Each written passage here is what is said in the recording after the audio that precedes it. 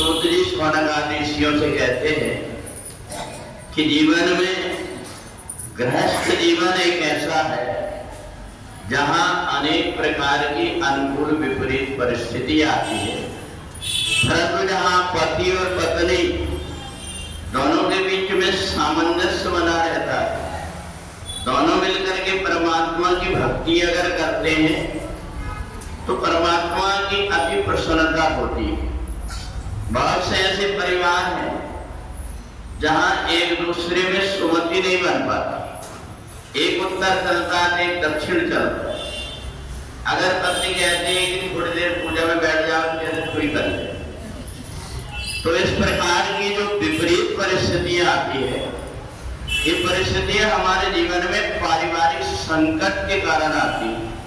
हमने पहले जन्म में एक दूसरे के प्रति मतभेद रखा हुआ, इसलिए इस जन्म में हमें जाकर के विपरीत परिस्थितियां आती है। एक बार सत्यभामा ने नारद जी से पूछा, गुरुदेव ये बताइए कि भगवान की 16,108 रानियां पटरानियां हैं, इसमें सबसे ज्यादा भगवान मेरे को ही स्नेह क्यों करते? तब उस समय नारद जी ने कहा, सत्यभामा तुम्हें पता है कि तुम्हारे पिताजी भगवान सूर्य की पूजन करते हैं।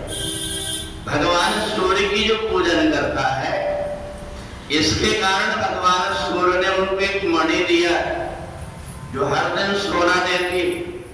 और तुमने अपने पिताजी को देखा कि वो सूर्य को जल देते हैं, सूर्य की पूजन करते हैं, तो तुमने भी पूजा करना स्वीकार कर लिया और तुम भी पूजन करने लगी। इसलिए भगवान भास्कर प्रसन्न होकर के उन्होंने अपने शरीर का जितना तेज था सुंदरता के रूप में तुम्हें प्रदान किया है। इस भेद को भगवान जानते हैं कि भगवान ने एवं विवस्वती योगम प्रोक्तवान महाव्यम, भगवान सूर्य भगवान कृष्ण के पूर्वज, और इसलिए ये मान करके कि ये उनकी पूजन करके इसलिए भगवान प्रसन्न होकर के और तुम्हें अति प्रेम करते हैं।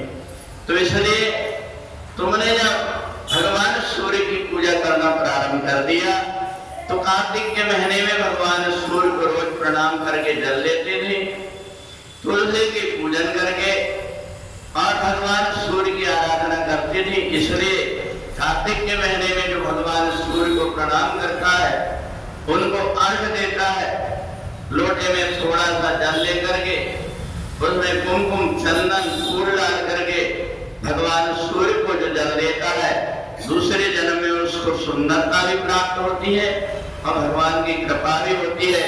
तो कार्तिक के महीने में तुमने भगवान का पूजन किया था, इसलिए भगवान सूर्य की कृपा से भगवान श्री कृष्ण तुम्हें अति स्नेह करते हैं। तो इसलिए जो भी कार्तिक के महीने में भगवान सूर्य को अर्घ देता है, उसके सब प्रकार के दुख दारिद्र दूर होकर के और घर में सुख और शांति आती है। बोले सच्चिदानंद भगवान